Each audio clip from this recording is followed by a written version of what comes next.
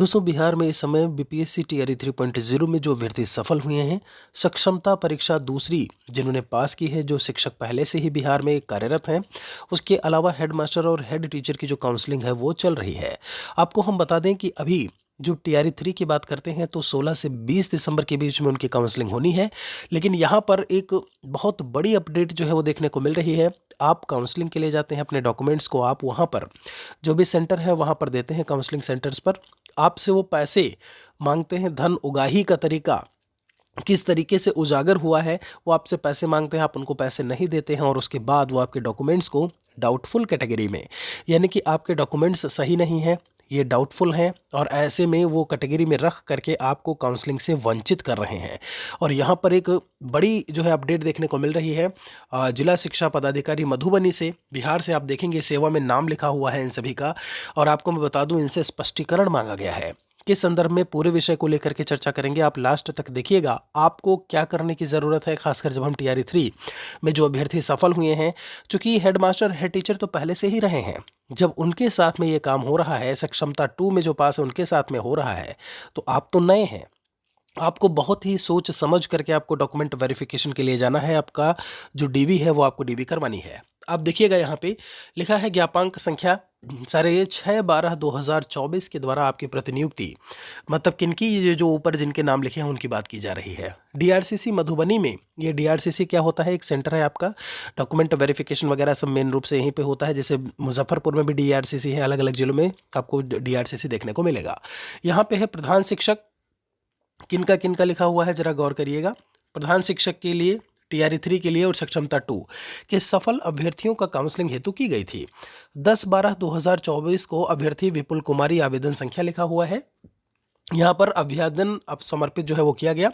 उनका इंटरमीडिएट का मार्कशीट जो है वो स्पष्ट दिख रहा था, परंतु श्री राजकुमार प्रखंड परियोजना प्रबंधक झंझारपुर के द्वारा पैसा की जो है मांग की गई, नहीं देने पर उनके द्वारा उक्त प्रमाण पत्र को डाउटफुल कर दिया गया। आगे क्या है, डेटा एंट्री ऑपरेटर का नाम और है इसमें लिखा हुआ है, आप देखेंगे तो उनके द्वारा उनका भी जो है अभ्यर्थी का जो डॉक्यूमेंट था उसको डाउटफुल कर दिया गया। काउंटर संख्या 3 पर भी यही काम हुआ। आप देखेंगे यहाँ पर इस वाले केस में लेकर के जहाँ पर 4,000 रुपये की मांग की गई और राशि लेकर आपके द्वारा उसे काउंसलिंग पत्र दिया गया। विरोध जताने पर आपके द्वारा श्री राम कुमार के साथ में अभद्र व्यवहार किया गया। आप समझिए 4,000 रुपये जो है वो ले रहे हैं, पत्र दे रहे हैं, कोई विरोध कर रहा है तो अभद्र व्यवहार किया जा रहा है। आगे लिखा है कि विरुद्ध उपरोक्त आरोपित आरोपों के संबंध में अपना स्पष्टीकरण 24 घंटे के अंदर आप दें। क्यों नहीं आपके इस कृत के लिए आपकी सेवा संबंधित एजेंसी को ऐसे में वापस कर दी जाए। तो आप समझ रहे हैं कि यहाँ पर काउंसलिंग को लेकर के, चूंकि आप भी जानते हो कि सीधे सीधे कोई इसके बारे में बात नहीं करता है काउंसलिंग से संबंधित कभी भी। अब यहाँ पर आपको पॉइंट्स जो हुआ तो ये इस पे तो कार्यवाही होगी ही होगी। आपको ध्यान कर क्या क्या रखना है, ये बात आप जरा गौर करिएगा। आप अगर जेन्युइन पर्सन हैं, आपके डॉक्यूमेंट्स अगर रियल हैं, तो आप कभी भी घबराइएगा नहीं। किसी भी दशा में अगर आपसे कुछ भी कहा जा रहा है कि ये गलत है या जो भी है, तो आप उनको कहिए ठीक है, हमारे पास सपोर्टिंग डॉक्यूमेंट्स है, हमारे पास ये डॉक्यूमेंट है, यही सही है। अगर कोई भी फिर भी अगर सुनवाई नहीं करता है, जो भी उच्च अधिकारी हैं, आप उनसे जो है कहीं ना कहीं अपनी से शिकायत जा करके कर सकते हैं। आपको उस दिन अगर काउंसलिंग करवाने के करने को या डीवी वेरिफिकेशन नहीं होता है तो आप अगले दिन करवाइए, बिल्कुल आपको मौका दिया जाएगा।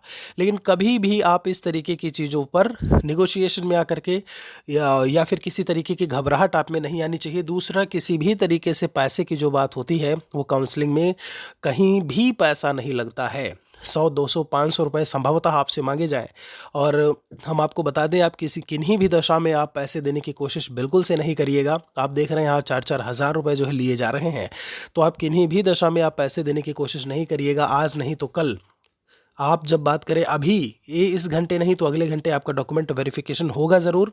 कोई रोक नहीं सकता अगर आप जेन्युइन पर्सन हैं तो। बाकी यहाँ पर जो भी निष्कर्ष निकलेगा वो तो समय बताएगा। इन सब चीज़ों को कहीं ना कहीं आपको ध्यान में रखना है। कोई आपका अगर सवाल है तो कमेंट में लिखिएगा ज़रूर। अपने डॉक्यूमेंट्स को आप, इसीलिए मैं कह रहा हूँ कि जो लोग सही हैं उनके डॉक्यूमेंट्स को यहाँ पर कहीं ना कहीं डाउटफुल में रख दिया जा रहा है। आपका डॉक्यूमेंट कुछ भी गलत है तो ऐसे में वो संभवतः उसको किनारे कर दें। इसीलिए डॉक्यूमेंट्स को आप बाकायदा, जो भी गलतियाँ हैं जो भी उनमें मिस्टेक्स हैं वो आप उनमें नोटरी वगैरह की बात करें, एफिडेविट की बात करें या जो भी है आप एक शपथ पत्र की बात करें, वो सब बनवा करके रखिएगा कि किसी भी तरीके की कोई दिक्कत या समस्या का सामना आपको ना करना पड़े। कोई और सवाल है तो हमारे लिए मेंशन ज़रूर करिएगा। एक और वीडियो के साथ में जल्दी मिलेंगे।